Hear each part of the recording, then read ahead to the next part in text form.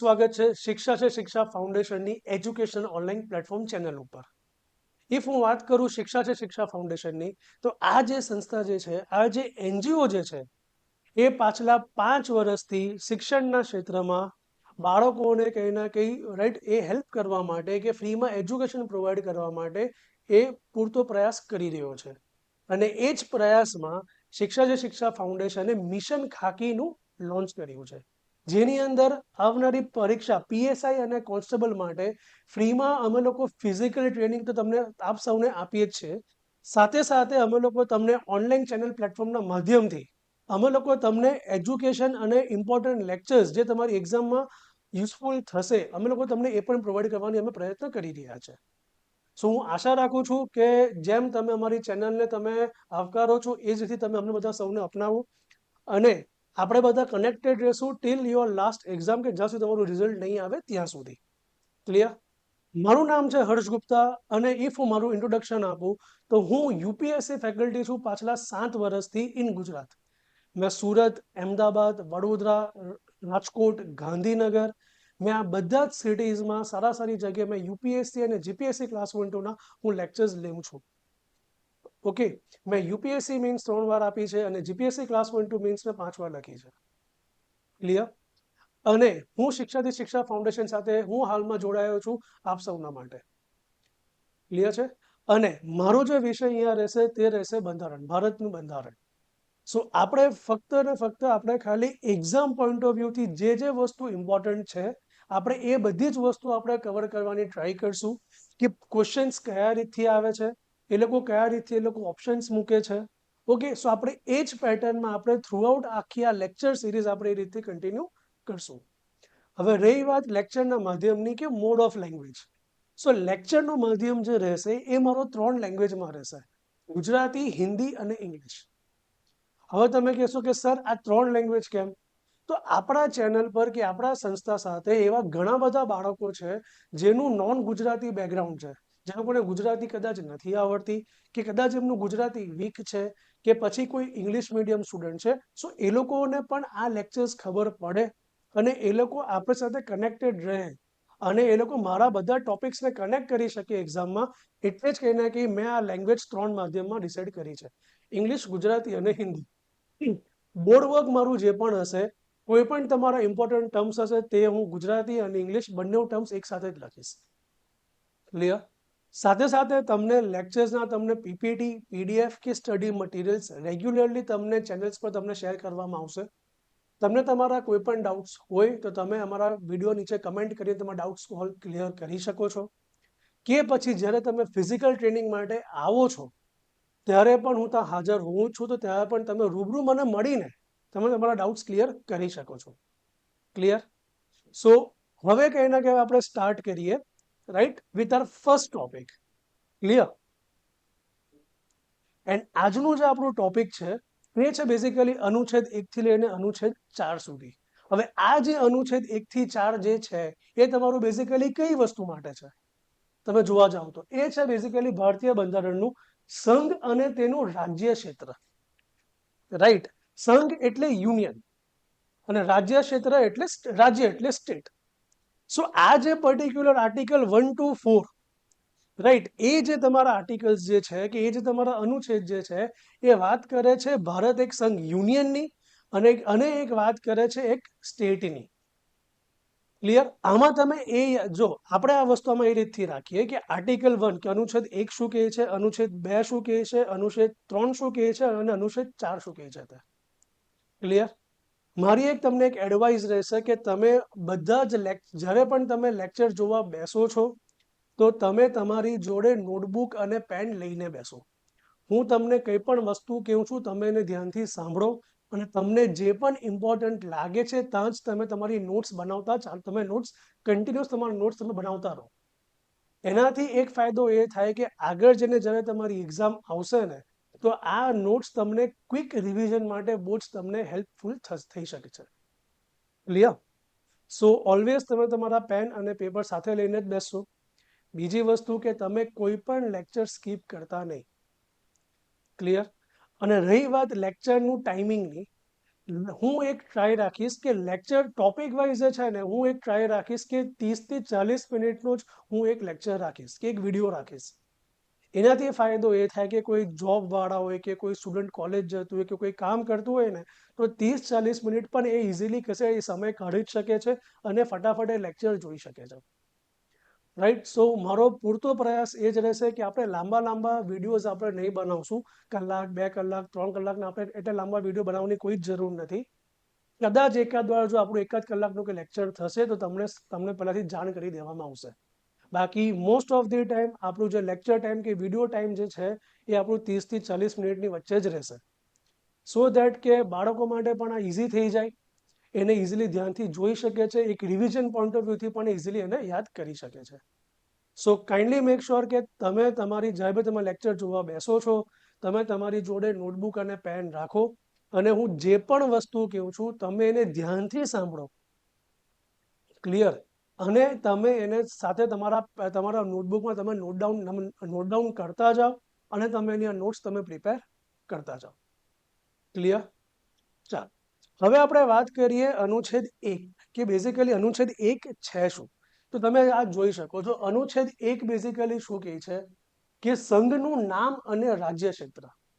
તેમાં એ લોકો શું કહે છે, ભારત એ રાજ્યનો બનેલો એક સંઘ છે, જેનો અર્થ છે કે ભારતનો કોઈ પણ પ્રદેશ દેશથી અલગ થઈ શકે નહીં. અને એમાં બીજી વસ્તુ એ છે કે 2 સત્તાવાર નામ ભારત અને ઇન્ડિયા, બંધારણ દેશ માટે ભારત અને ઇન્ડિયા એમ બંને નામોનું સ્વીકાર કરે છે. અને ત્રીજી વસ્તુ, સંયુક્ત રાષ્ટ્ર જેવી આંતરરાષ્ટ્રીય સંસ્થાઓમાં ભારતને ઇન્ડિયા નામથી ઓળખવામાં આવે છે. હવે જો આને ઇંગ્લિશમાં ટ્રાન્સલેટ કરું ને તો અનુચ્છેદ 1 જે આર્ટિકલ 1 છે એ શું કહે છે, India that is Bharat, right, is a union of state.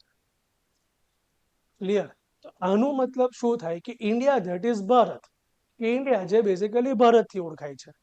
તો તમે જોવા જાઓ તો અનુચ્છેદ 1માં જ એ લોકોએ બંનેનું નામ એક સાથે આપી દીધા, ઇન્ડિયા અને ભારત. એટલે તમે ભારત કહો કે તમે પછી ઇન્ડિયા કહો, બંને વસ્તુ એક જ છે. ક્લિયર.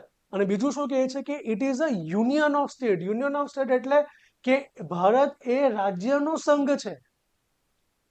રાઈટ. રાજ્યનો સંઘ છે એટલે એનું મતલબ એ છે કે જેટલા પણ આપણે ત્યાં રાજ્યો છે, જેટલા પણ સ્ટેટ છે, ગુજરાત, મહારાષ્ટ્ર, તમિલનાડુ, પંજાબ, આ જેટલા પણ સ્ટેટ છે એ બધા સ્ટેટ્સ ભેગા થઈને આપણે એક ભારત નામનો દેશ આપણે બનાવીએ છીએ. ક્લિયર. બીજી વસ્તુ, આ જે અહીંયા સંઘ જે છે ને, સંઘનો મતલબ એ થાય કે જેટલા પણ રાજ્ય જે છે ને એ લોકો આ સંઘમાંથી અલગ નહીં થઈ શકે.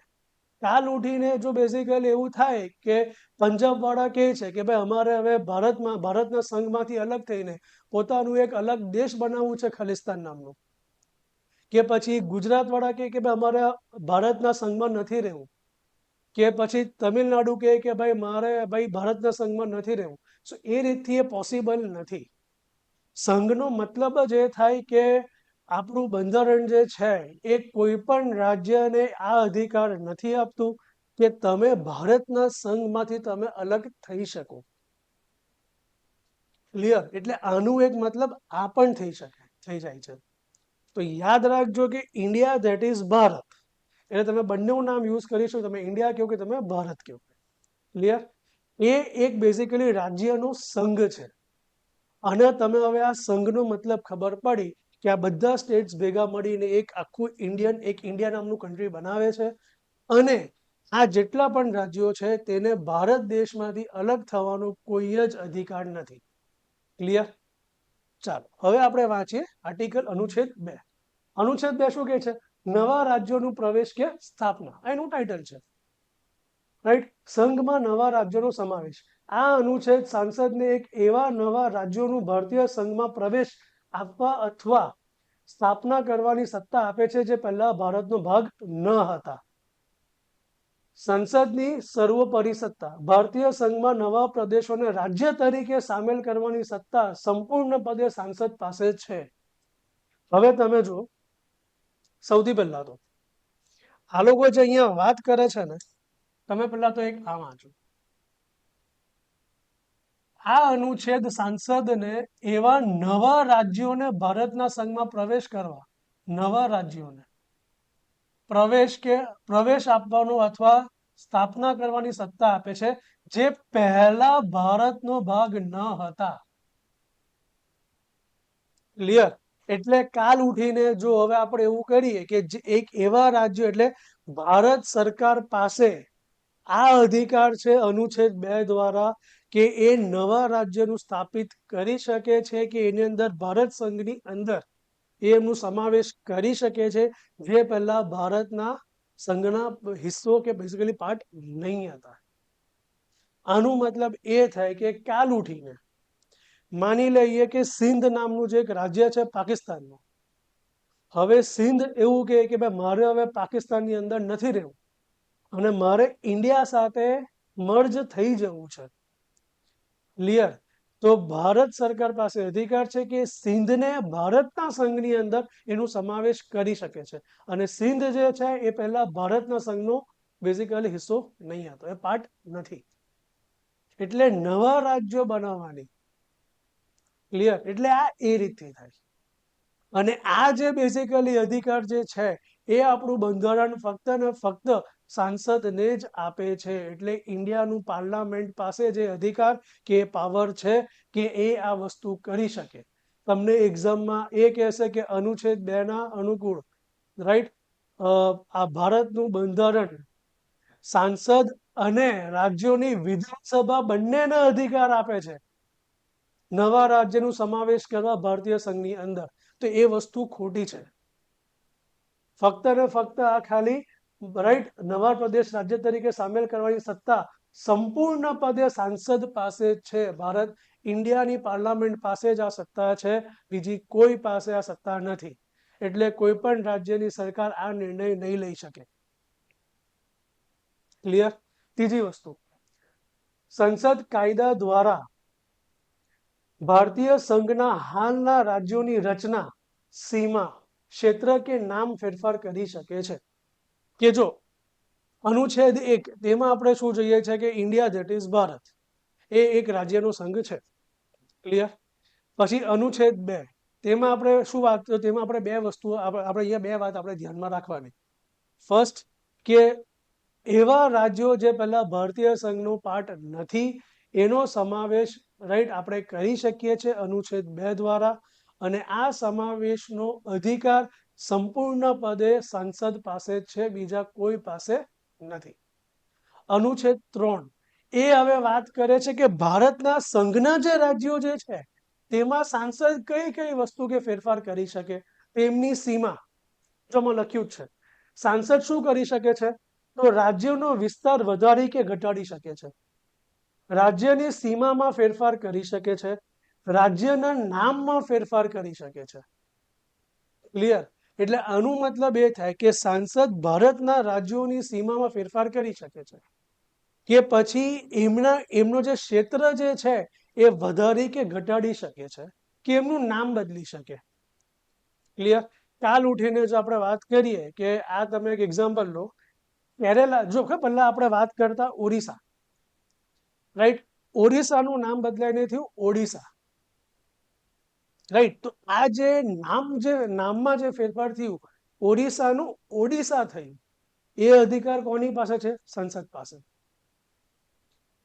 કેરેલાનું નામ ચેન્જ કરીને એ લોકોએ કેરેલમ કરેલું છે, આ યાદ રાખજો. તો આ પણ અધિકાર સાંસદે કરી. ક્લિયર? એના સિવાય તમે જોવા જાઓ કે માની લો કે ભાઈ હવે કદાચ ઇફ તમે કરંટ અફેર્સ વાંચો છો તો હમણાં જ કંઈક 6-7 મહિના પહેલા ભીલ પ્રજાતિ જે છે, ભીલ આદિવાસી લોકો જે બેઝિકલી ગુજરાત, રાજસ્થાન અને MP આટલા બેઝિકલી એરિયામાં એ લોકો રહે છે. તો આ જે બેઝિકલી ભીલ લોકો, જે ભીલ આદિવાસી લોકો જે છે એ લોકો એવું કહે છે કે અમને પોતાનું એક અલગ રાજ્ય જોઈએ છે ભારતની સંઘની અંદર. ઓકે, એટલે અમારા લોકોને તમે ભીલ પ્રદેશ નામનું એક અલગથી રાજ્ય બનાવી આપો. અને આ રાજ્ય તમે કયા રીતથી બનાવી આપો? તો ગુજરાતમાંથી તમે અમુક એરિયા આપો, રાજસ્થાનમાંથી તમે અમુક એરિયા આપો અને MP માંથી તમે અમુક એરિયા બનાવીને, એટલે આ જે એક આખું એક ક્ષેત્ર બને, અમે આ 3 બેઝિકલી રાજ્યોની વચ્ચે અમે એક ભીલ પ્રદેશ નામનું એક અલગથી રાજ્ય સ્થાપિત કરવા માંગીએ છીએ. તો આપણે જો આ વસ્તુ કરવી હોય તો તમે આ પણ વસ્તુ તમે કરી શકો છો. કે પછી તમે જોવા જાઓ જમ્મુ એન્ડ કાશ્મીર, રાઈટ, અનુચ્છેદ 370. તો આ જમ્મુ એન્ડ કાશ્મીર શું છે? પહેલા જમ્મુ એન્ડ કાશ્મીર એક રાજ્ય હતું, સ્ટેટ હતું. ક્લિયર? એ સ્ટેટને આપણે વિભાજન કરી એને આપણે 2 પાર્ટમાં ડિવાઈડ કર્યું અને આપણે બનાવ્યું એને UT, union territory. Union territory of Jammu and Kashmir અને યુનિયન ટેરિટરી ઓફ લદ્દાખ. તો આ સત્તા પણ જે છે તે બેઝિકલી ભારતની સંસદે કરી, કે પાર્લામેન્ટે કરી છે. તો ખબર, તો ઇફ તમને યાદ હોય, તમે આ પિક્ચર પણ જોયું હશે, આર્ટિકલ 370. તો તમે એમાં જોયું હશે કે આર્ટિકલ 370 મૂવીમાં પણ આ જે આખી પ્રોસેસ જે છે તે પાર્લામેન્ટ કે સંસદ જ કરે છે, રાઈટ. તો એ સ્ટેટ પાસે પરમિશન લેવાની જરૂર નહીં થાય. એટલે આ અધિકાર સંપૂર્ણપદે અનુચ્છેદ 2 દ્વારા, રાઈટ, સાંસદને જ મળે છે અને સાંસદ એનો આ અધિકાર કયા કયા વસ્તુમાં યુઝ કરી શકે છે તો એ આપણને આર્ટિકલ 3 કે અનુચ્છેદ 3 ની અંદર જોવા મળી શકે છે. ક્લિયર? અને તમે જોવા જાઓ તો કોઈ પણ રાજ્યની બેઝિકલી ક્ષેત્રફળ, રાઈટ, ક્ષેત્રમાં ફેરફાર કરવો હોય કે નામમાં ફેરફાર કરવો હોય તો તેની પ્રક્રિયા શું છે? તો સૌથી પહેલા તમે એ યાદ રાખો કે રાષ્ટ્રપતિ જે હોય ને, તમારે એમની પાસે પહેલા પરમિશન લેવી પડે. રાષ્ટ્રપતિ તમને પરમિશન આપે એના પછી આ જે પર્ટિક્યુલર બિલ જે છે, નામ ચેન્જ કરવાનું કે એરિયા ચેન્જ કરવાનું, આ બિલ તમે લોકો, રાઈટ, એ જે લાગતો રાજ્યમાં તમે ફેરફાર કરવા માંગો છો ને, તમે એ રાજ્યની સરકાર પાસે તમે મોકલો, વિધાનસભામાં મોકલો. માની લઈએ કે ભાઈ મારે ગુજરાતનું નામ ચેન્જ કરીને ગુર્જર રાજ્ય કરવું છે, ગુજરાતનું ગુર્જર, કેમ કે આ એનું એન્શન્ટ નેમ છે. ક્લિયર? તો હવે એક બિલ આવશે પહેલા તો કે ભાઈ ગુજરાતનું નામ ચેન્જ કરીને ગુર્જર કરવું છે. તો સૌથી પહેલા તો આ નામ ચેન્જ કરવા માટે હું રાષ્ટ્રપતિ પાસે પરમિશન લેવા કે ભાઈ મારે આ ગુજરાતનું ગુર્જર નામ કરવું છે, પરમિશન આપો. જેવું રાષ્ટ્રપતિ પરમિશન આપે પછી આ જે પર્ટિક્યુલર બિલ જે છે એ લોકો, એ સંસદ જે છે એ ગુજરાત સરકાર પાસે મોકલે કે ભાઈ આ રીતથી એક પ્રસ્તાવ આવ્યો છે, ઓકે, તમે તમારું મત આપો. હવે ગુજરાત સરકાર બેઝિકલી એનો મત આપે, હા કે ના, કે ભાઈ અમે લોકો ગુજરાતનું ગુર્જર કરવા, રાઈટ, કે અમને વાંધો છે કે નહીં. એ લોકો એમનું એટલે બેઝિકલી એમનું વોટિંગ કરે, ફેવરમાં કરે કે પછી અગેન્સ્ટમાં કરશે, હા કે ના પાડે. એકવાર ખાલી રાજ્યનો મત મળી જાય ને, રાઈટ, એના પછી આ જે પર્ટિક્યુલર પ્રસ્તાવ જે છે તે આપણે સાંસદમાં પછી આપણે ઇન્ટ્રોડ્યુસ કરીએ છીએ. ક્લિયર? અને અહીંયા તમે એક નોટ કરીને યાદ રાખજો કે જો સૌથી પહેલા રાજ્ય વિધાન મંડળનો મત માન્ય હોવો જરૂરી નથી. તો માની લો કે ગુજરાત વિધાનસભા જે છે એ ના પાડી દે છે કે ભાઈ અમારે ગુજરાતનું નામ બદલવું નથી, તો પણ એનાથી કઈ ફરક પડતો નથી. આ ખાલી એવું છે કે એક ફોર્માલિટી છે કે તમને ખાલી એક વાર પૂછવા કહેવામાં આવે છે કે આ રીતથી છે, તમે તમારું ખાલી વ્યૂ પોઈન્ટ આપી દો, હા કે ના. હા પાડો તો બી ઠીક, ના પાડો તો પણ ઠીક, કેમ કે પછી આગળ જઈને સંપૂર્ણ ડિસિઝન કોનો રહે એ સંસદ જ નિર્ણય લેશે. ક્લિયર? સો અહીંયા એ રીતથી થાય. પછી આ બિલ જે છે એ તમે કોઈ પણ એક ગ્રહ કે લોકસભા કે પછી રાજ્યસભા, તમે બેમાંથી તમે કોઈ પણ એક બેઝિકલી હાઉસમાં ઇન્ટ્રોડ્યુસ કરો, ત્યાં ડિબેટ થાય, ચર્ચા થાય, વોટિંગ થાય. લોકસભામાંથી બિલ પાસ થશે તો પછી આ જશે રાજ્યસભામાં, રાજ્યસભામાં ચર્ચા થાય, ત્યાં પછી વોટિંગ થાય, બંને હાઉસમાંથી બિલ તમારે પાસ કરવાનું.